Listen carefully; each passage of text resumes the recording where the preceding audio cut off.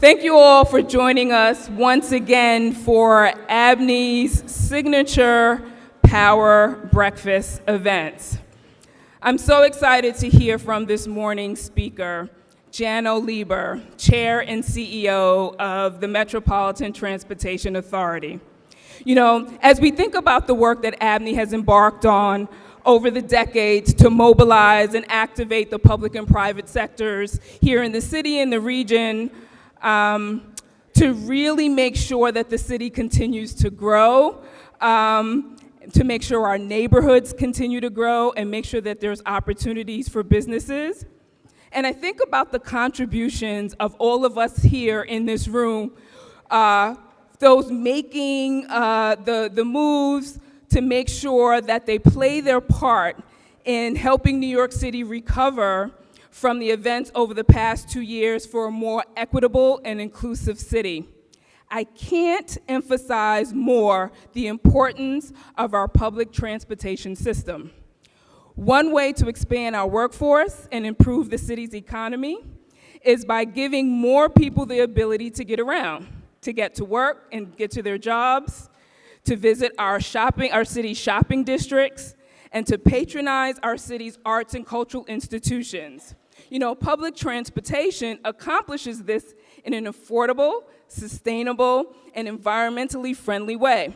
You know, New York City's public transportation system, what many have called our city's great economic equalizer, and I know Pat Foy, who's in the room, talks about this all the time, is an engine for upward mobility and the key to jump-starting an inclusive recovery, and carrying millions of New Yorkers every day to work, to take care of their families, and to keep our city moving and thriving. The subways, the buses, the Long Island Railroad, and Metro North are vital to the health of New York and all New Yorkers. And the continuous investment in these cities make them accessible for more and more New Yorkers. Making the Long Island Railroad more accessible has impacted my life directly.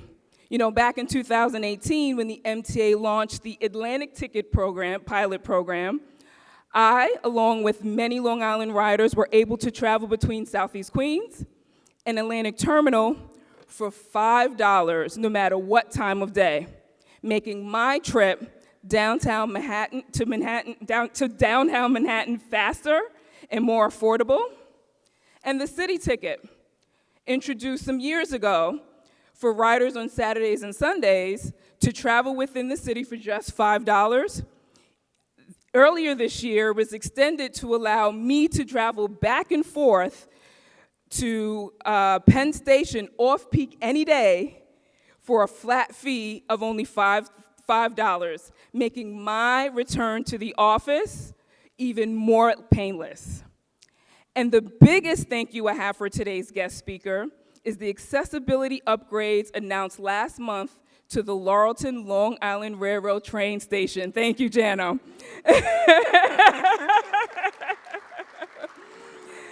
A new elevator for a station with not only a large ridership, but to many seniors who enjoy traveling into Manhattan in their retired years. You know, our MTA is a lifeline for many of us, for many New Yorkers, providing important mobility and economic growth for our city. And we are lucky to have Janno Lieber at the helm. And now, I'd like to welcome our chairman, Stephen Rubenstein, to the stage, who will introduce today's special guest. Stephen? The one thing I'll say about what Melva said, it's fascinating to think of the scope and breadth of our system, but yet how intimate the experience is for everybody who gets on it, right? You're about your station, you're about your Metro car. You know, it's amazing that it can do both. So, thank you. Anyway, good morning, everybody. Thanks for coming back. As we come out of the pandemic and we imagine our city's path forward, it's unclear what's going to remain the same and what has really changed for good. But no matter where we wind up, literally every path to recovery shares something in common, and that is MetroCard swipes and Omni taps. Our transit system is one of the things that make us the greatest city in the world, and that cannot change.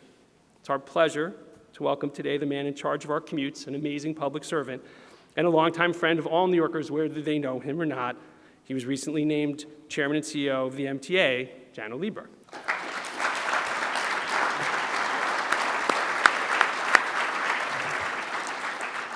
Janno, we're glad to have you back. As my late grandfather, Solomon Foreman of the Lower East Side would have said, I knew him then. Janno, a self-described hardcore New Yorker, is both an eternal optimist about our city and a fighter for our future. During the worst days of the pandemic, I know many people on this room were on the other end of his regular calls trying to rally support for our system in DC, working through big problems that they were confronting with every day and trying to lure riders back. As many here know, by the way, as many here know, Janno is a very deep New York story. He's a kid from the Upper West Side. His dad was a macher in publishing. His mom, Mimi, who passed away last year at the age of 93, almost single-handedly pioneered the use of focus groups on Madison Avenue. Janno has made New York's streets, subways, and buses his vocation. He worked for Ed Koch in City Hall. He worked for the Clinton administration. He helped rebuild the World Trade Center. And he has truly had his hands on the wheel of our city's transportation his entire career. I think it's safe to say, as head of the MTA, he has, to this day, his hand in the roles of our day-to-day life as much as any elected official. And I just want to take one moment to thank, I know Pat Foy is here, Sarah Feinberg is here, many people, former leaderships in the MTA. I want to thank you all for your service, and so we're really appreciative.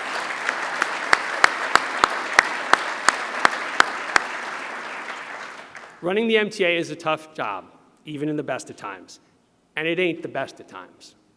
I don't need to go too deep into the challenges Janno is facing for all of you in this room.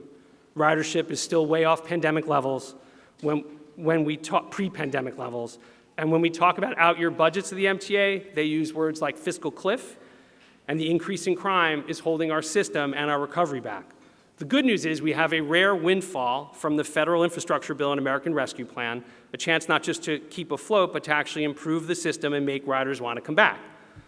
As the recent head of the MTA's capital construction, nobody knows better than Janno all the nuts and bolts, and literally the nuts and bolts of this system that go into making it function. I've seen his passion for updating our system, keeping it world-class, and especially keeping up with technology so that we meet the technology used around the world. I do need to highlight one issue, and that is safety. Janno, as you know, it is really top of mind for everybody here in this room. We know it's not a problem with easy answers, but we are really glad that you are the one leading our system every day and helping us find the path forward. We're rooting for you. We have a lot riding on you. So ladies and gentlemen, please welcome our train daddy, Janno Lieber.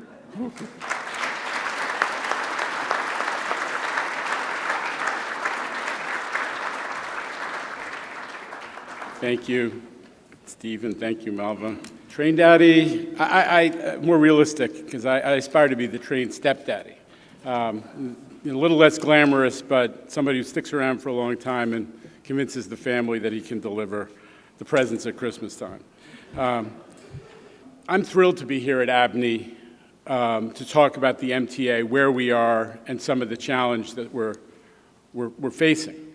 ABNY, this organization was built by what many of us think of as the greatest generation of New Yorkers, folks who, from labor and business and community organizations, who saw that New York was in a dire situation in the 1970s and decided to do something about it.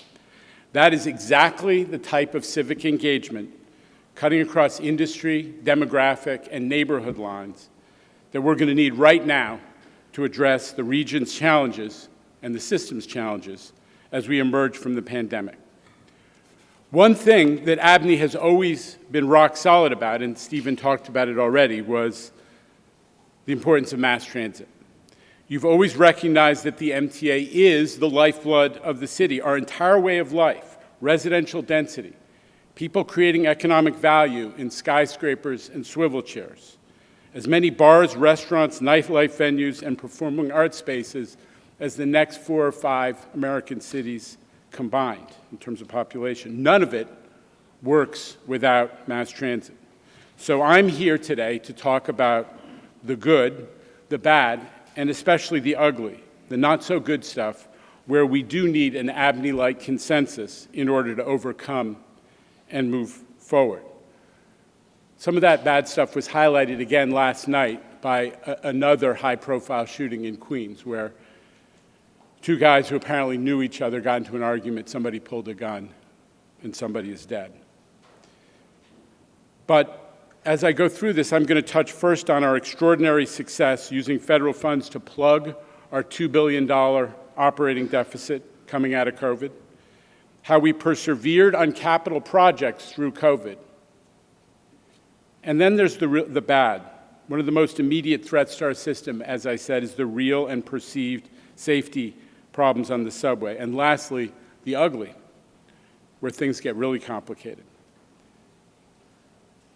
Surging fare evasion, in addition to all the other problems we're facing, surging fare evasion threatens our bottom line and also frays social norms when law-abiding New Yorkers, and some of us saw it on the way here today, law-abiding New Yorkers see too many of their neighbors slip through open emergency gates, duck a turnstile, or walk onto an MTA bus without paying. Fare evasion is an ugly problem indeed. But here at ABNY today, I'm excited to announce a new initiative on top of everything else we're trying to do on safety, a new initiative to respond to that chronic issue. But first, the good. The MTA has survived COVID to fight another day. You'll remember that in the spring of 2020, and I got a shout out to Pat Foy for his leadership during the heart of COVID. Amazing. But at the spring of 2020, transit ridership had dropped by more than 90%. We were literally losing $200 million a week. COVID posed an existential threat to everything that we value about the city, but especially to mass transit. And despite all this, our heroic workforce kept going right through COVID, even when we didn't really understand transmittal. Kept the trains running, kept the buses running 24/7, and transported essential workers to where they were going and powered the city through the pandemic. Today, weekday subway ridership has recovered to roughly 60% of our pre-pandemic base, and the MTA has a balanced budget through 2025 due only to billions in federal aid. Thank you, Chuck Schumer. Yeah. But also, I have to say, we have a balanced budget because of hundreds of millions more delivered by Governor Hochul this year in her budget. That allowed us to put off fare increases and so much more.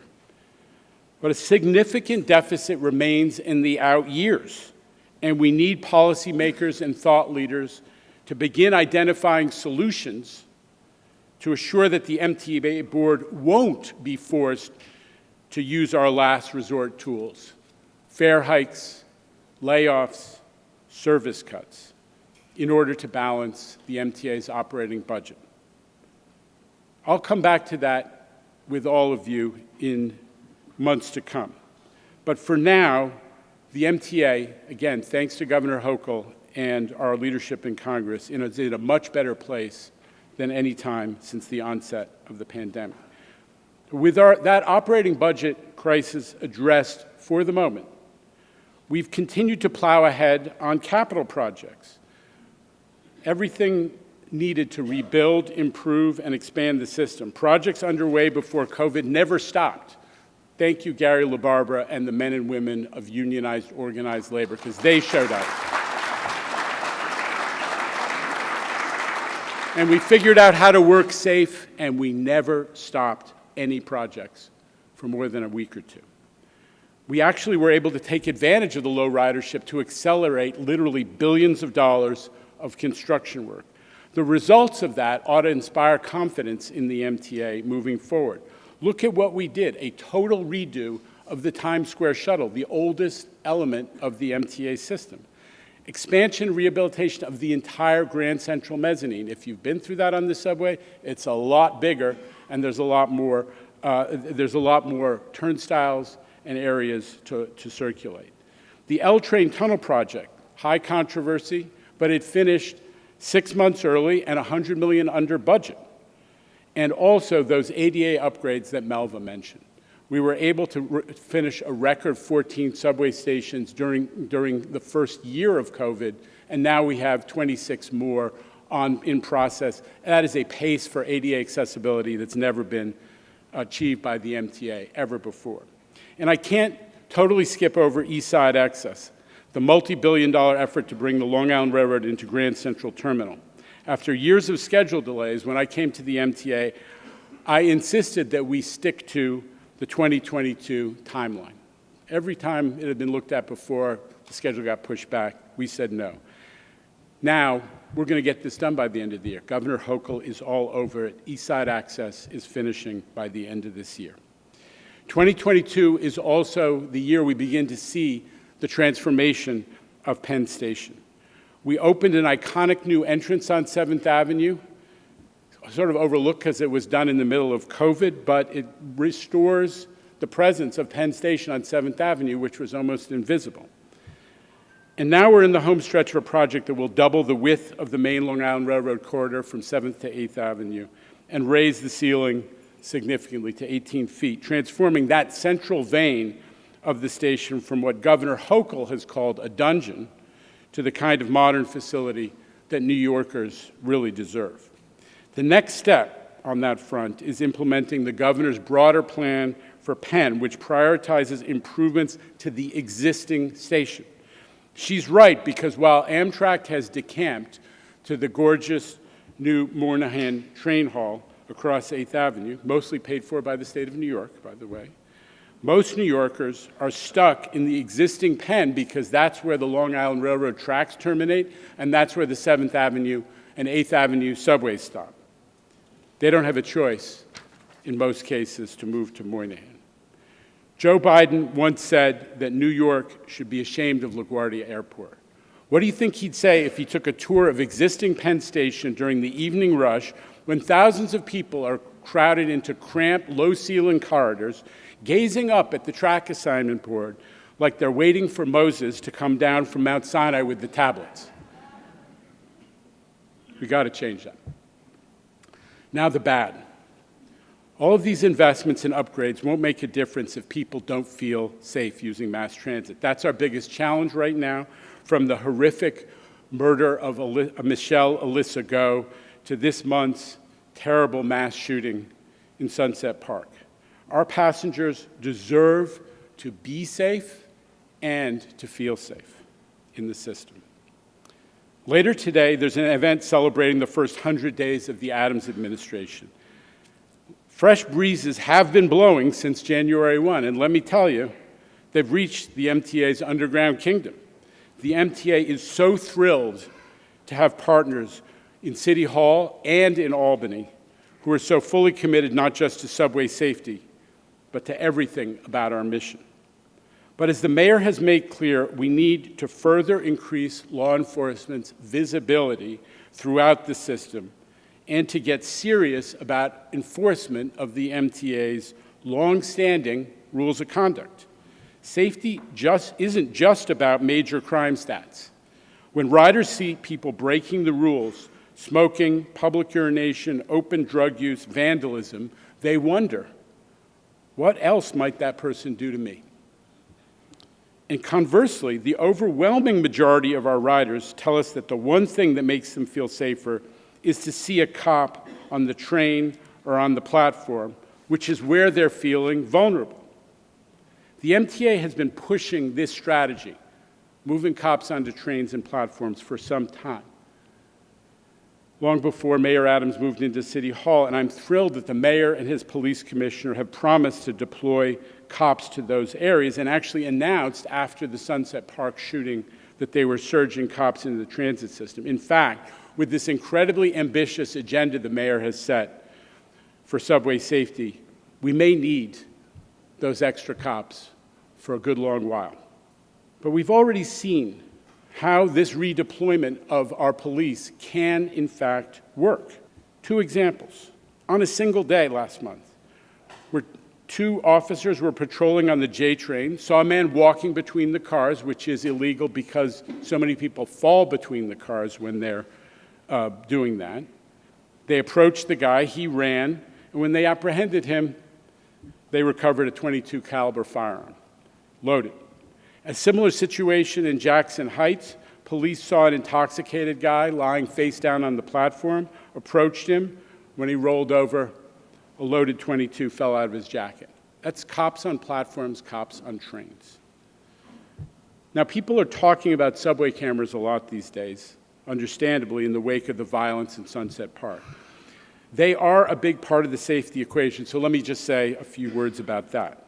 Today, we have 10,000 cameras system-wide in the subways, an increase of about 60% in a few short years. No one sent us a pile of money to do that. We just made it a priority, and we did it. And it was Sarah Feinberg who made that happen. Sarah, thank you.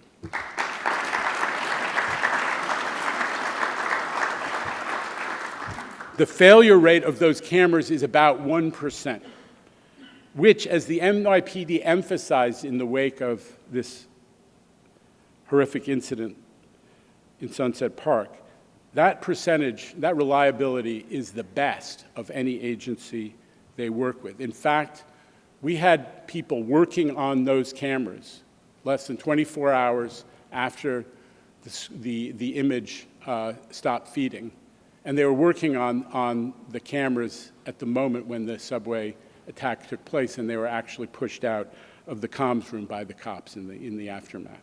We're proud of what we've done with cameras so far. As I said, we have 600 cameras just on the N line out of the 10,000, and we're able to provide the NYPD at the time of after the subway shooting with 36 separate video perspectives on that, along that line and in pursuit of the suspect. We take comfort that our video produced images of the suspect in multiple stations and on buses before and after the attack, which also helped the police to track and apprehend him. But we're taking this incident as a prompt to examine how we can improve. And we actually welcome all of the reviews and audits and investigations that various levels of government have announced. In particular, since the U.S. House of Representatives Homeland Security Committee has questioned how have you been using the money we've been sending for transit security, we're thrilled to explain to them how it's been used for NYPD deployments and cameras. But we're also going to point out that the amount of that money went down significantly after 9/11, and then it stayed flat in the last 10 years. And this is a hot button for me, we get 16% of the transit security money nationally. We're 40% of the riders. Doesn't seem right, and maybe with the Democratic Congress, we can do something about that. But now on to the ugly that I mentioned at the outset. A huge part of the ecosystem of safety is addressing fare evasion. There's a woman who was sitting in the center, I think you're at table 16, and I were on the E-train together just before this event, and I saw 3 folks walk in the emergency gates. This has been a growing problem for us in the last few years, almost quadrupling in recent years on the subways from about 3% to about 12.5%. And it's even worse on buses, where 1 in 3 customers today skip out on the fare. Fare evasion hurts us on commuter rail, too, and even at bridges and tunnels, where we're seeing more and more fake and obscured license plates specifically designed to evade the camera system. It's an epidemic behavior engaged in by too many commuters across all demographics, all neighborhoods, and all income levels. This is really a significant challenge. Obviously, it hits us in the fare box, but equally important, I would argue, fare evasion tears at our social fabric. Here's the hole in the fare box. At the current rates, fare beating is going to cost us over $500 million just this year. Unless the agency is financially stable, we won't be able to do what it takes to support New York's economic comeback or to achieve our climate goals.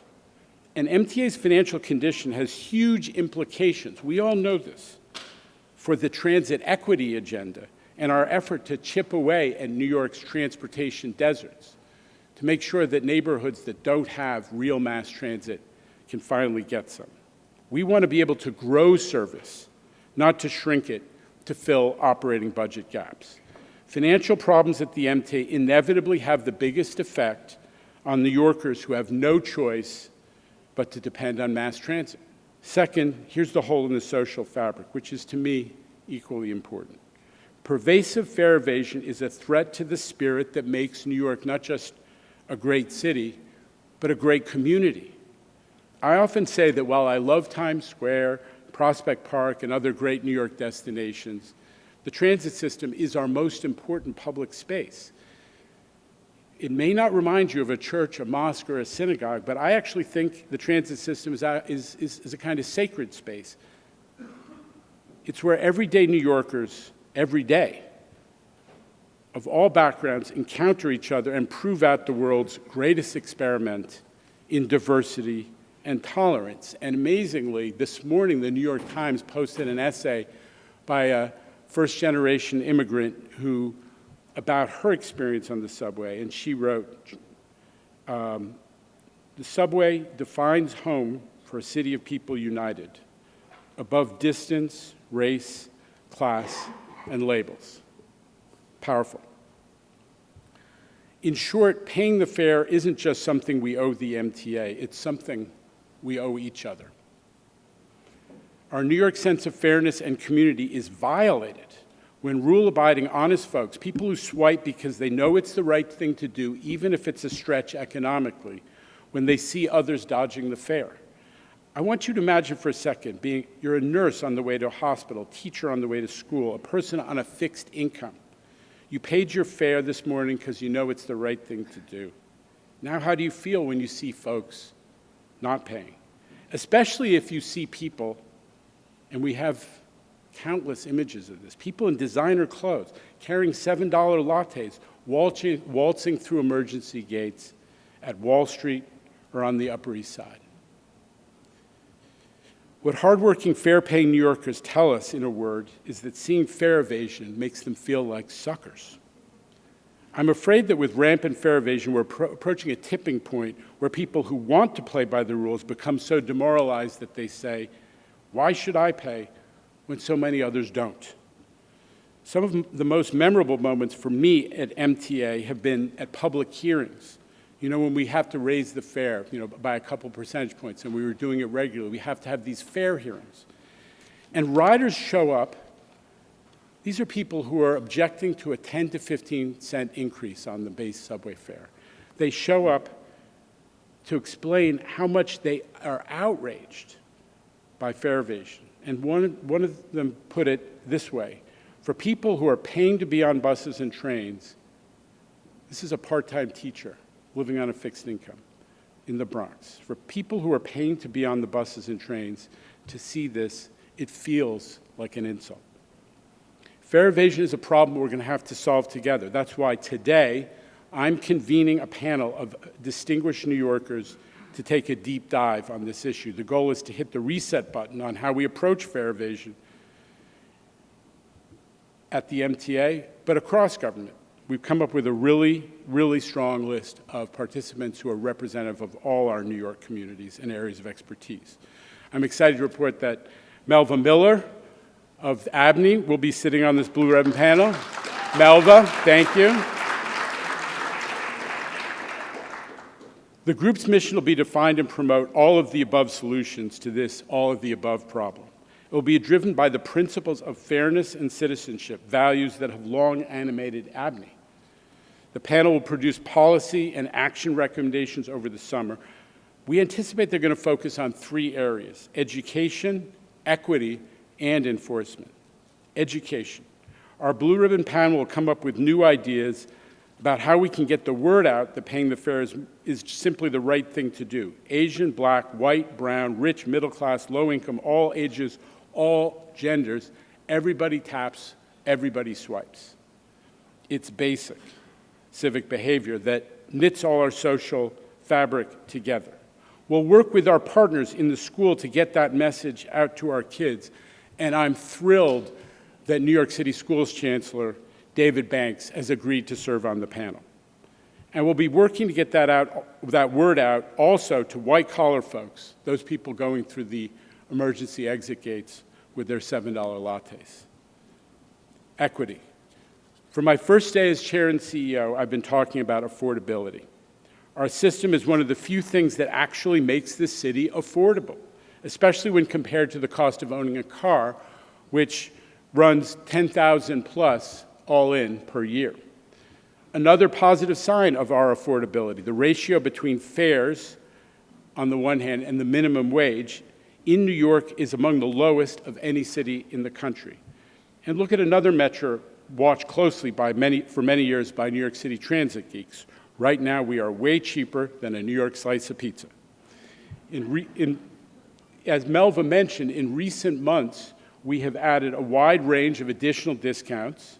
Lucky 13, tap the first 12 rides a week, everything after that is free.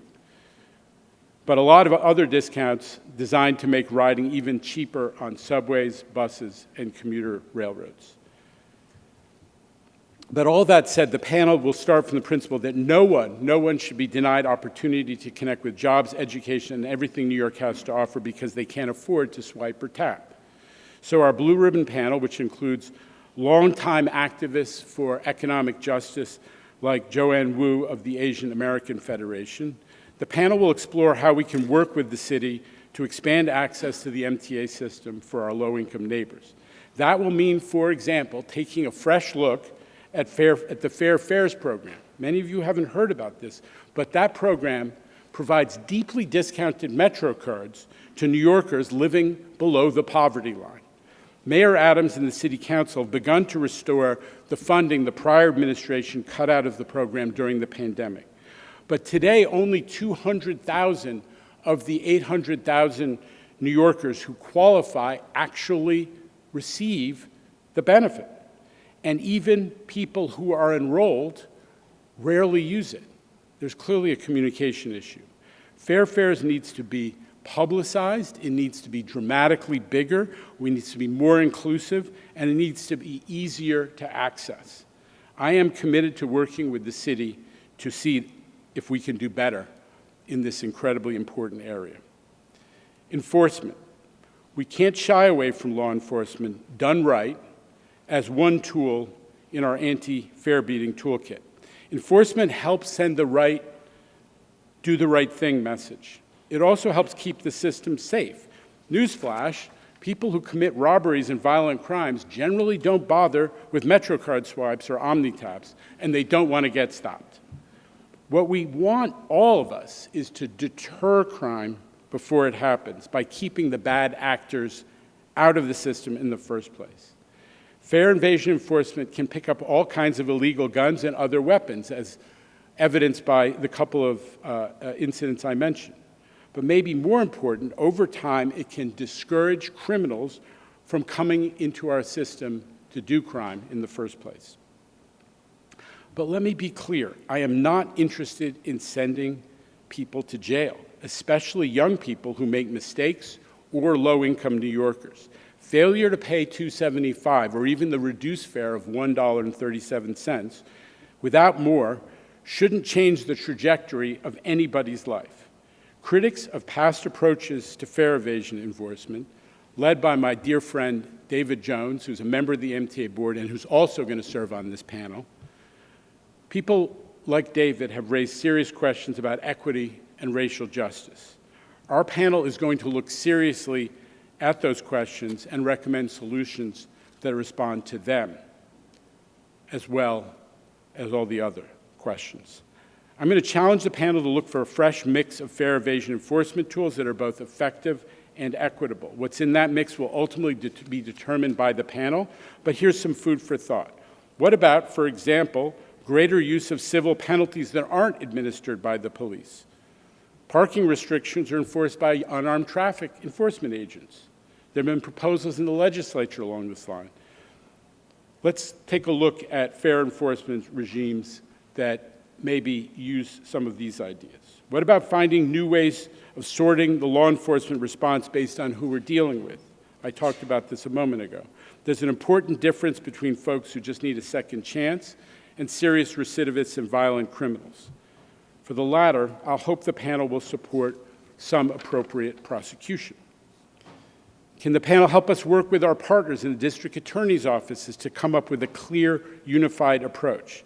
It would be great to have an agreement among everybody about what will and won't be charged and under what circumstances. The panel's all-of-the-above approach will start with education, equity, and enforcement, but it won't end there. I will invite the group to examine technology solutions. For example, in an all-Omni system, we'll have new technical capacity to check for fare and compliance beyond the gate, inside the system. So our panel might take a look at what many systems outside the U.S. already do, civilian fare checkers on trains, platforms, and buses. I'd also invite a look at how physical design can help reduce fare evasion. There has to be a better way to comply with the fire code than our current emergency gates, which have become totally porous to fare evasion. We've all seen it. People walk in, they open the gate, and 5 people come in after them.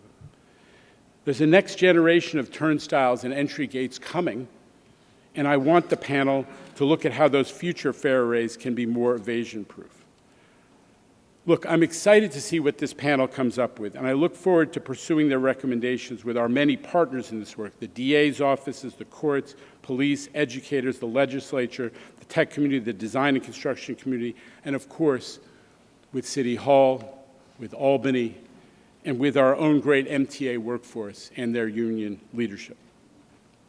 Coming to real, long-lasting, effective solutions is going to take some time on safety, fare evasion, and all the other challenges we face. But I always believe we have to do better. As Stephen referenced, I grew up in New York in the 70s, and just the experience of seeing that amazing evolution has made me an incurable optimist of New York. And that was before I spent 14 years at the World Trade Center, where we proved that we could overcome the naysayers and create a better version of Lower Manhattan after 9/11. So I can't help being super optimistic.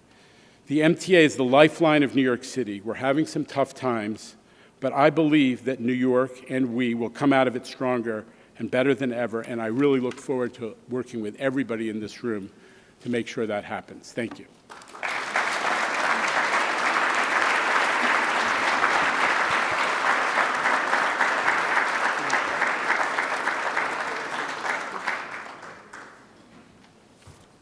Thank you, Janno. I want to especially thank you for how thoughtful the commission seems and the care with which you're taking this, that I think is something our fellow New Yorkers deserve and we all deserve, so thank you. We have time for a few questions. I just want to ask about the Penn Station plan, because it seems like, being a frequent Long Island Railroad user, that really the only way you're going to improve it is if you move Madison Square Garden. I know. But with all of the land surrounding that's in play right now in the governor's plan, wouldn't there be a chance to move the garden, keep it in the neighborhood, so that the garden users win, because right now getting into the garden is also a negative experience, and then the commuters win as well, because you actually will have the ability to raise the ceiling and the roof. So I hear there are talks about that. I'm wondering if you can share with us any Listen, insight. I get to be agnostic on the garden, because that is an issue of the city of New York and special permit and so on and so on. But the one thing I do know is this is urgent, and any plan to move the garden, whether good, bad, is going to take a while. It's going to take, it would take years and years to be executed. So the governor has said, we need a better Penn Station for New Yorkers now.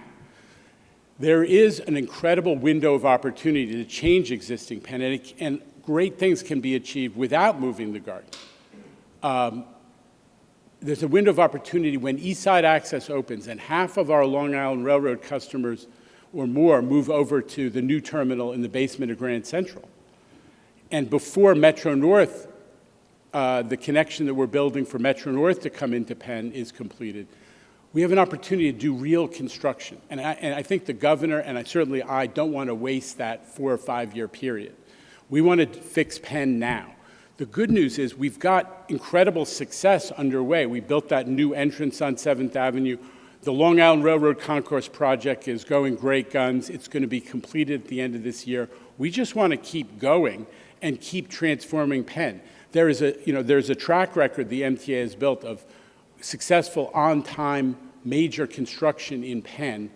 And if Amtrak will agree and New Jersey Transit, and that's all complicated, what we want to do is just open it up. And we've shown images of how if you take out half of the Amtrak level, which is now pretty underused because Amtrak has, as I say, decamped to Moynihan, you really can have a station which is open, feels as open as Moynihan, and completely changes the experience. The other thing to bear in mind is all those narrow corridors in the basement of Penn, that's because they've got back of house and mechanical spaces down there. We want to sweep all that stuff out, make it wide open like Moynihan, or even, God willing, like Grand Central, and deliver for customers, but now, not to wait another generation when the whole process of figuring out how to move the garden is executed.